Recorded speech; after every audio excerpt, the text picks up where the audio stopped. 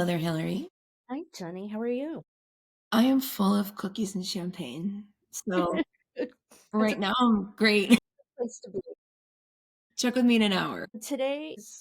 We're recording on Sunday, December 8th. And if you're listening, it is on or after Wednesday, December 11th. This is season 6, episode 48. And I would just like to say we should have this episode in memory of John Lennon, who died, for many, The 240, 40, what year? Okay, 46 years ago. I knew it was 40 something. Yeah, Yes. 46 years ago today. Yes. December 8th. Yes, we lost John Lennon. Yeah, We taken listened to Imagine today in the car. And you were listening to Kissing Lips and Breaking Hearts with the Garden Tarts. So welcome. welcome. We have a special holiday-ish ep this week. Yes, we do. Yeah. It's a belated 40th anniversary of Band-Aid. Yeah. Of which, when did this YouTube video come out? Is it so we just watched this documentary on YouTube. Because I think they just released like a deluxe single or something. Gotcha. So I guess the video went along with that. It's like a little documentary video on YouTube, which if you've seen the VHS, I think it's actually on the Live Aid DVD set too. But there's a documentary that came on VHS for Band-Aid documentary. And most of this is from that. I think there's just a little bit that I hadn't seen before, but it's Yeah. really good. Like I enjoyed it. It was really great, and we thought we'd talk about it today. November 25th, 1984. They had Yes. this big session with all of, like, the biggest British and Irish pop stars got together, under the direction of Bob Geldof and Mitch Ure, right? Yes. Of The Boomtown Rap reason and Ultravox fame. Yeah. To have this hit Christmas time single to raise at least $1 million for Africa, for your Ethiopia.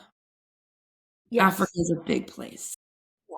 In Ethiopia. Apparently Bob Geldof had seen a news report on Ethiopia on the BBC, and it just really sat with him. So I need to do something. And this was his commodity. They recorded at a studio in Notting Hill on November 25th, 1984. And the people who owned the studio gave it to them for 24 hours. Everybody donated their services, from I guess catering all the way to mixing and Even, like, the factory workers who created the the record, records donated. They, like, worked, like, overnight or overtime or something. and the printers who did the sleeve and everything. Mhm. Yeah, so anyway, it was a really big success. They recorded from an AM. The artist recorded from 11 AM to 7 PM, and then they had to, mix it and record whatever. There are all kinds of great stories from this. I mean, the documentary is just priceless. But so apparently David Bowie was supposed to start it, and for whatever reason he couldn't be there. So Oh, Paul Young got all of David Bowie's. that's why he has so many parts. Yeah, Interesting. yeah. Okay. Yeah, I always wonder that. I always wonder, like, I like Paul Young and everything, but I mean, was he that big of a star to get all those lines? I don't know. I don't know, like, right? I mean, I like him, but he could wear a suit pretty well. Well, he sounded great, but it was a disproportionate amount of lines. Yes. Yeah. So, and it was supposed to be David Bowie. And I think David Bowie later contributed on maybe a single or something that he did like a voiceover saying, "This is David Bowie, please support." Yeah. Yeah, I know he contributed something, I just didn't know exactly. Yeah, yeah. But he didn't. Yeah, he didn't show up, and so Also, the main guitar player was supposed to be The Edge. Right, I don't think I knew that. Yeah, I knew I did know that because I think it's on the original documentary. He had, like, some kidney problem and was in the hospital. Yeah, kidney infection, they said. Yeah, so poor The Edge, I but know. at least Adam was Bummer he could be there all available. by himself. Well, at least Adam was available to be his plus one, That's right. his and guest. Yeah. But anyway, so what else? What else did we learn from Some of my favorite stuff was because I had heard Bob Geldof talk about how, like, there are kids everywhere and blah, blah, blah, and all these young pop stars. And it was fun. Trudy Styler was there, was Sting's wife with a little kid, and Paula Yates had a kid there. There were some other kids running around, like, Paul there's a Yates? dog. Yeah, Paul Yates had 2 kids there. Okay. But yeah, it was fun to see. Like, there were just people everywhere. It was crazy. Everybody, all the comments about it was just that everybody had to check their egos at the door because there was no room or time for that. Yeah. I like Boy George made a comment because he got there late because of travel stuff, whatever, and made a comment that he's like, in hindsight, I kind of wish I'd been here the whole time. Well, And what those happened? aren't his words, but that was the sentiment. Like, this is actually kind of cool. Yeah. What happened with him was that they were on tour. I think they were in New York, and he, Hmm. like, overslept and forgot about it. And Bob Geldof called him and said, "Where the hell are you?" And he's like, "I just woke up. I'm in New York." And he was like, "Get to the airport, to the Concorde." Right, I don't know right. what would happen if that was now because we don't have supersonic jets anymore. But that's how he got there, and he was the last person to get there. I think the first person to record was Tony Hadley from Spandau Ballet. Yeah, He doesn't even really have a solo. He sings in between Simon Le Bon and Sting, I think. yeah. I don't even remember. Yeah, But anyway, the Garntar and Amanda and I have met him, by the way. Tony Hadley, he looks like a really dramatic singer. I mean, he is a very dramatic singer. There's at one point at the very end when they're all doing like the big chorus, and he's just standing there. He's got his white shirt on and you y'all can't see me, and those who are watching can't see me, but he's just standing there like a choir boy, like no body emotion at all. But Yeah, yeah, in a dramatic way. very dramatic. But so I think the opening order, and this is just from years of watching this and listening to it, but I Yeah. think that it starts off with, and I think Paul Young, Boy George, George Michael, or is there someone in between there? I don't know. Do you want me to look it up? No, hold on. I'm turning it down so I don't think you can hear it. Paul Young, Boy George, yeah, then George Michael. I'm going ahead in my head, forward in my head. Simon Le Bon. I've got a good ear. Okay, I don't need it anymore. It's yes, Simon Le Bon, and then I think it's Tony Hadley sings with Simon Le Bon and into Sting, Okay. and then it's Sting into Bono. Right. And isn't there like this Bono of like a backing track over some of Sting? He does, Yeah. but they all Yeah. cross over a Yeah. little. Anyway, we were talking. There's so much to talk about, but we were talking about the lyrics. They're really offensive. So offensive. It is. There was one point during the recording when Bob Geldof is like, I need more emotion. The whole point is that there's no snow this Christmas time. And I'm like, There's no snow. it does not No, snow in and also Ethiopia. no, they don't know it's Christmas because that's not their religion. So I did Google this, Okay. and there is, because, the white man has saved them. But Islam is huge.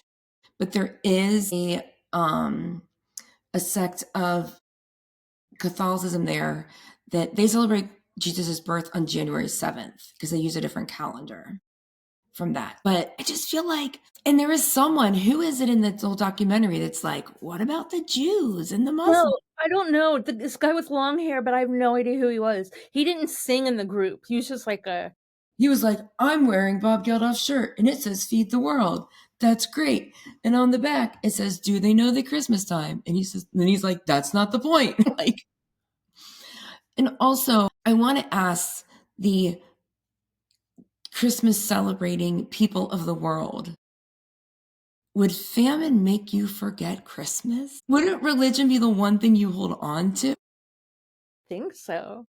Ethiopia at the time had a very large Jewish population Yeah. too. Okay.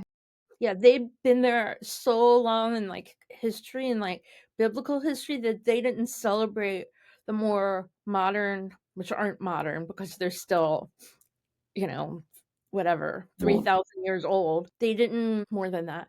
They didn't celebrate Hanukkah or Purim because those had chronologically, those happened after they left to go to Ethiopia. wow. They're called Colossian Jews or something like that. Okay. Yeah. It's, yeah. I mean, talk about white savior Right. privilege. Like, I hope no one in Ethiopia actually heard this song. I really hope not because so friggin' offensive. It's, yeah. It's just like the whole song is like, colorblind and Yes, there won't be snow in Africa this Christmas time. Also, Africa is huge. yes. And poor Bono's line, Oh my like, god. So let's talk about Bono for a second. okay, let's talk We'll about get Bono. to his big line, but firstly, he is he looks like he's about a foot shorter than everyone and like 10 years younger than everyone, which is probably accurate on both ends. Right, I think. I don't know. I know he's like 10 years younger than Sting, but I don't really know how old everybody else is. But they, I think, had been a little bit more established in their careers than he had been up to that point.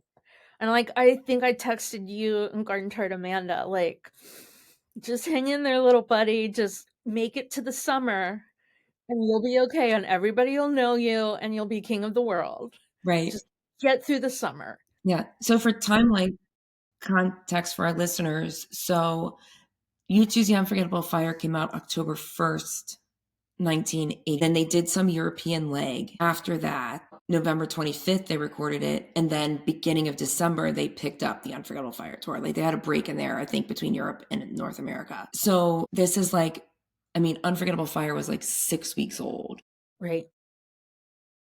for this, which, I mean, yeah, it's their fourth album, but they're not the biggest band in the world yet by any means. No. Yeah. And I mean, they had an in with Bob Geldof. Like, it's just like, Yeah. he is not big potatoes in this room. Right. So in Bono's book, he says that he looked over the lyrics before he went and he was like, just don't give me that line and I'll be okay. Like, ha ha ha, I don't want that line, but no one's gonna give me that line. He You have to gets there. go. On this documentary, you can see the actual moment that Bono met George Michael. Yes. They're kind of Bono and they shook hands. Like And Bono it's George Bono. I think Bob yeah, Geldof introduces no, them. and Bono was just like it's just adorable because there's another point where he gets introduced to like a producer or something too. Yeah.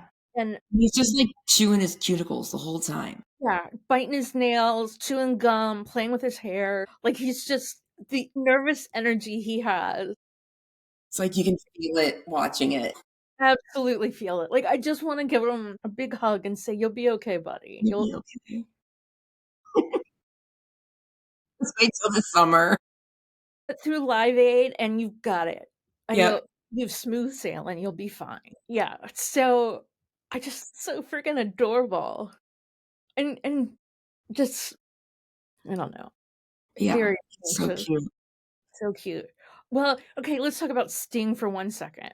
Sting sings his name, It's which my favorite part of the song. from the first time I ever heard that song, I was like, "What if they hadn't given him that line? How stupid would that have been?" And yeah, the bitterest thing of tears. So many times, there was like a whole 10-minute part of this little documentary where they kept saying Sting did this or Sting and I believe at different moments they were talking about the word or the artist. Yeah, I think that it was not always the same Sting. right. And I was like, "What? Wait, what?" That one, the fact that he sings his own name, it's like it just Perfect. brings joy to my heart. It always has. Okay, so Bono got the big line, the really mean, awful, Tonight, thank God it's them instead of you. I mean, really fucked up. yeah. And I do, on one hand, I think it was effective sales-wise Absolutely. to really get, like, plea to people's guilty conscience. I totally agree. Like, "You better buy this because you're fine and they're fucked." But I don't know if that's the actual intention they had. I don't know. I'm not gonna pretend Yeah, it was one way or the other, considering the other yeah. lyric evidence we have. Yeah, it's, I don't know. I mean, we wouldn't have there's no way there would be a song like that that was big. Well, and they've rewritten it. That line they rewrote. Some of the I don't know what else they've changed, if anything else. They talked about, I think it was, Band-Aid 20, Okay. that, like, people are sitting around the room like, "Who's gonna get the Bono line?" Chris Martin or I don't remember who else, but all these people are, like, vying for it, and then the door slams open and Bono walks in, and they're all like, "Crap." I don't know that story. I haven't seen that. That is awesome. I recently read that somewhere. Oh my gosh. Everyone's vying for it, and then the door Well, slams. and now it's like I had it up here, Band-Aid lyrics, what the new lyric is. Now it is, well, tonight we're reaching out and touching you. Still lame, but not mean. Yeah. And the Christmas bells that ring there are the clanging chimes of doom. I mean, there was a massive famine. It was really terrible. Was. But, there's no water, there's no rivers or rain. I do believe the Nile was still. Does the Nile go through Ethiopia? I shouldn't pretend I know these things. I'm not very good with anywhere geography. I was reading controversy stuff. Yes, the Nile starts in Ethiopia, actually. Okay, so, this is an interesting thing. I don't know these guys' names, but there are 2 guys from a band called Status Quo. Okay. They're it's a Is one of the guy ones that looks the guy looks like my friend I with the don't think big blonde hair? yes, yep, him and this guy with, like, a ponytail braid or, like, a French braid or something. Okay, yep. Or I mean, when you hear their recording it, it sounds awful, but apparently they had to cut it entirely out. Like, they didn't use their vocals at all. They could not get it, and they knew it. Yeah. Yeah, I mean, it was I don't know how they sang. There's another guy there who I know everybody pretty much. I mean, there are a lot of people from like, I don't know anybody else from Spandau Ballet, and I don't know anybody else from Ultravox, but there are people from Heaven 17 who I don't know, Bananarama, Kool and the Gang. So the record was released on December 7th, 1984, went straight to number 1, and this is kinda funny because George Michael Wham had their big single that was about to come out, Last Christmas. Poor Last George Michael, Christmas. Yep. he said he was interviewed by Paula Yates, who, by the way, freaked the crap out when George Michael walked away, Talk to me. like I mean, she melted down. It was adorable. May she rest in peace. May they both rest in peace, unfortunately. But so he was talking about how he was hoping his single Last Christmas, he gave a little sample of it, Mhm.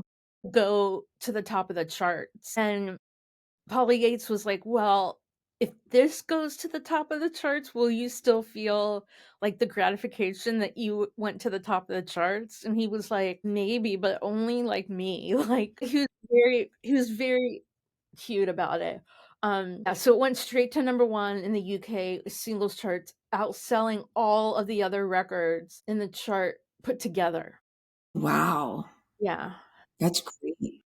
So it stayed at number 1 for 5 weeks, selling over 3,000,000 copies and becoming easily the biggest selling single of all time in the UK. It was only surpassed in 1997 when Elton John sang "Candle in the Wind" for Princess Diana. Wow, okay. Wow, Yeah, that's huge. really huge. Let's see, who else?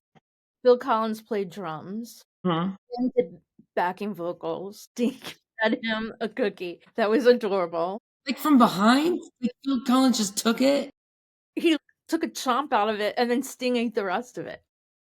That's true. Yeah. I don't really like Phil Collins, I just have to say that. I don't know him at all, but my vibe does not enjoy him. Yeah. What was it? I John Taylor from Duran Duran was wearing Duran Duran merch, Of course. which I just find I love that. And there was a point when someone was talking to Bono and Simon Le Bon, maybe? Was that the little interview session? Was that who Bono was with? yes. Is that right? Yeah. And asking if either of them had a Christmas album coming out, worried about the competition with this, and they were both like, "No," and they're like, "Oh, well, George Michael, is a little worried about his," and Bono's like, "I hope his isn't number 1. I hope this is. I feel like we should all hope for that."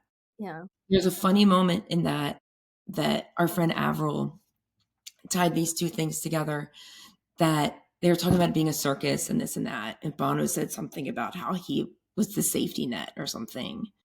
And then forward to 2024, Sphere, when Bono asked Bram on the drums what circus act he is for this circus of Sphere, and Bram said safety net, which I thought was the fucking cutest thing and smartest thing in the whole entire world because he fucking saved the show Right. standing in for Larry.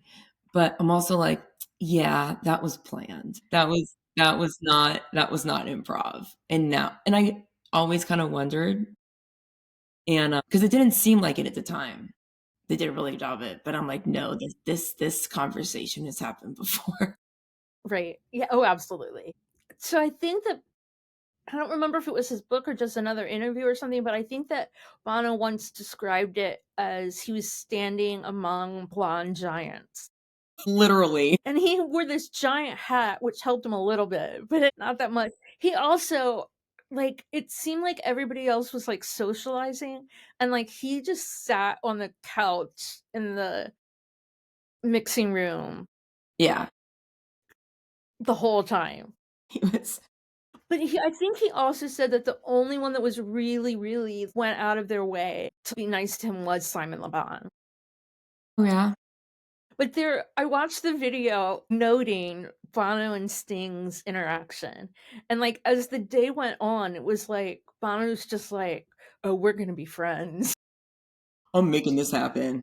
Yeah, like, "Yeah, this is gonna happen. Like it or not, we're gonna be friends." It's gay, but it's happening. At the end, they're standing next to each other, and they, like, look at each other, and Aw. they live happily ever after. They did live happily ever after. Bono made a comment about, how these I forget if he was asked about it or whatever, but he's like, "There are people I never even thought about meeting these people." Like, it's kind of amazing, but it didn't even cross my mind. And I don't know if someone asked him, like, who was he excited to meet or something, but it's a different world then that they didn't I don't communication wasn't the same. I don't know how much these guys all hung out or knew each other like we do now. I mean, We do, like, we're part of that. right. It seemed to me that he didn't know anybody No. I really, I don't except Bob Geldof. except Bob Geldof. We were talking about, before we got on here, about how if you blink, you'll miss that there are women on this track. Yes. 4 of them. 3 Bananaramas and Jody Pretty Watley. Watley. And you wouldn't even, unless you watch a video, you wouldn't even know. No, I mean, you can't hear them singing. No. Towards the end when when the, chorus is getting bigger and higher, they bring the girls closer to the mic to get the higher notes. But, yeah, it was just I brought it up right here. What is this from? Independent. This is from 2004, and it's an article called "The Gender Gap." The first Band-Aid single features only 4 women. This year's project represents a considerable improvement on that figure. And then there's more to that. But out of 40 artists, a mere 4 women participated in this supposedly groundbreaking, politically conscious pop event. Yep. Yeah. She did the guy who owns the studio towards the end introduced his wife, who he Yes. called the boss. And she definitely did some star wrangling. But yeah, as you said, Hillary, there was a lot of testosterone in that A room. lot. And somehow it all worked. It did. And there's at one point in the video, I'm not sure who it is, but someone yells and says, "Get the deep voices away from each other." Yes. It was the wife Okay. came Yeah. up to the guy, the studio producer, whatever, and was like, "You gotta separate them. Yeah. They're drowning out They everyone else." Some people had to stand further back from the mic, and they rearranged. Um, Bono went to a group on the right where he'd been in a group on the left. It was funny how she was like, "You need to separate these people," and then the guy was like, "Y'all mix it up. Yeah. We'll just make this work." Yeah. But, I mean, you have to also assume that they know each other's voices that well to be able Right, to do that. right. Like, I think that someone else needed to do that. Right, right. Yeah, but just I got the impression, well, like you said, Bono didn't know what his line was. Like, it's the day before they wrote the song. That day that everyone gets there, and there's actually no real plan. No. Who's singing what? Who, like, yes, they knew Phil Collins was playing drums. Edge was supposed to do guitar, but there are lots of guitar guys there. Like, but it was I mean, there's so many guitar guys there. right, but there wasn't actually, I don't know how they pick and chose the lyrics because it all happened on the spot. Right. It's crazy to me. Yeah. Very unorganized. But everyone, like you said, checked their egos at the door and it didn't seem like there were any fights or anything. They showed At the end, they showed Bono leaving the studio, and there were a bunch of people that were, I don't know that they were waiting there for him, but they were waiting outside the door. Yeah. And he gave a bunch of people autographs, and some guys were yelling, and he said something, I don't remember. There are these 2 kids that kept grabbing his hand and stuff. And Bono, I thought in great form, would like pull his hand away and be like, "You're too cool for me.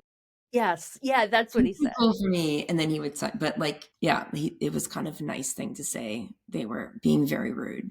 Yeah. And he just walked out by himself, like, down the street. Yeah. Yeah. I mean, there were like other people there too, but they weren't with him. I mean, Adam didn't leave with him. I bet Adam dipped out of there hours before. How much money did they end up raising? Do you know? Raised more than $24 million US dollars. Okay. Live Aid and Band Aid together, they raised $150 million. Okay. It spun off USA for Africa, which I also friggin' love.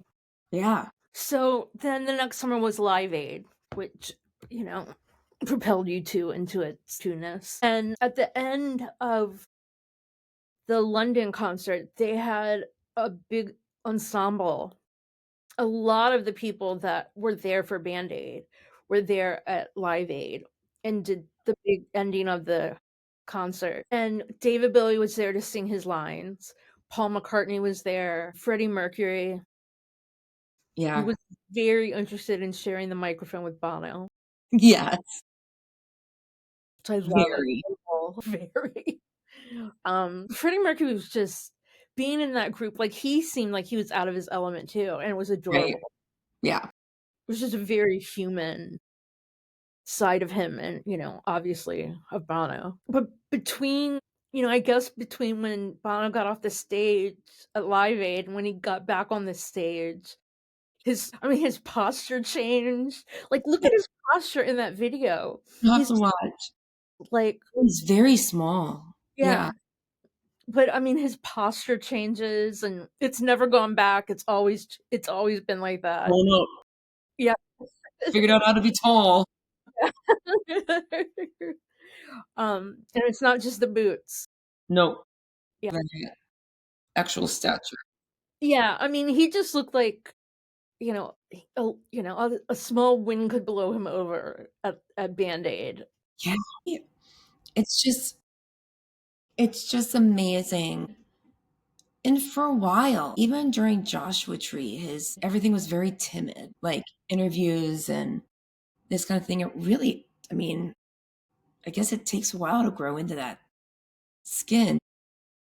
Well, I don't maybe he never did. He created his characters so that he didn't have to do that. When he did interviews for Octon Baby for Zoo TV, he did his interviews as the Fly, Right. Right. and he's never gone back. No, but you're right. Yeah. The little guy's still in him. He's just a little guy. It was fun to revisit. I was glad to watch that. Yeah. I kinda wanna watch it again. Yeah. I feel like I need to watch it uninterrupted. Yeah. So y'all just search. Actually, the people who played the instruments were Phil Collins on drums, John Taylor on bass, and Midgier on keyboards. Okay. Doesn't but there was a lot of guitar in there, it just doesn't talk about. At some point, they actually say there's so much keyboards, we need to make sure we can hear some guitar. Yeah.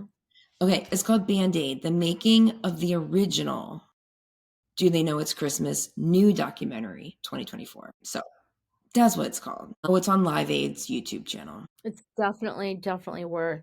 Definitely worth watching. It's a little over an hour. Definitely worth watching. If I can get off topic here, we forgot to share last week that we are more almost famous than ever now. Yes! How did we forget this? This is our Yeah, biggest. we are in the Irish Times Yeah, yay us!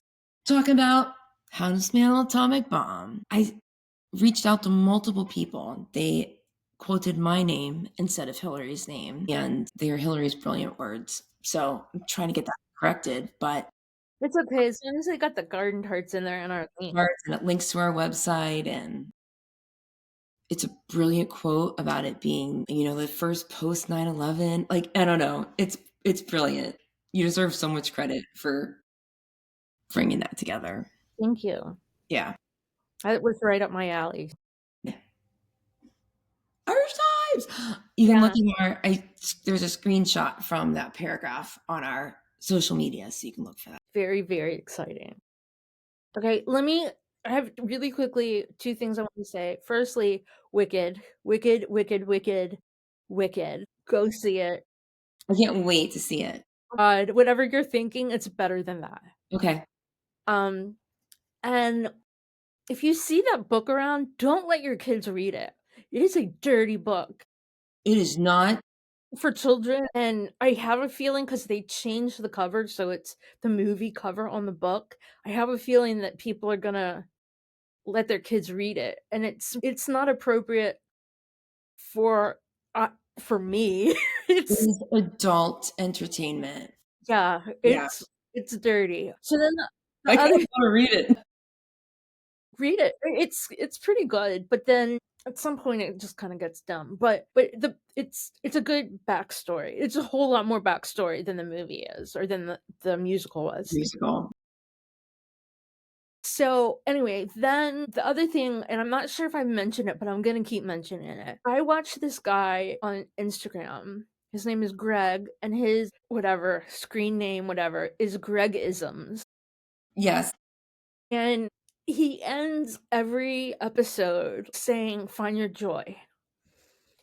And I swear, he's just like my joy. I watch these videos over and over again. I send them to everybody I know. I send these videos to. He's just, do you laugh at every single one of them? It's so good. It's so good. I mean, he's like an elementary theater teacher or something. He's got the best fucking stories. Yeah, he's K through 7. He teaches theater in private school that's K through 7. And his story every Friday he has 3 quotes that kids have said to him this week, and he was like, "Coming in at number 2 from 2nd grade lunch."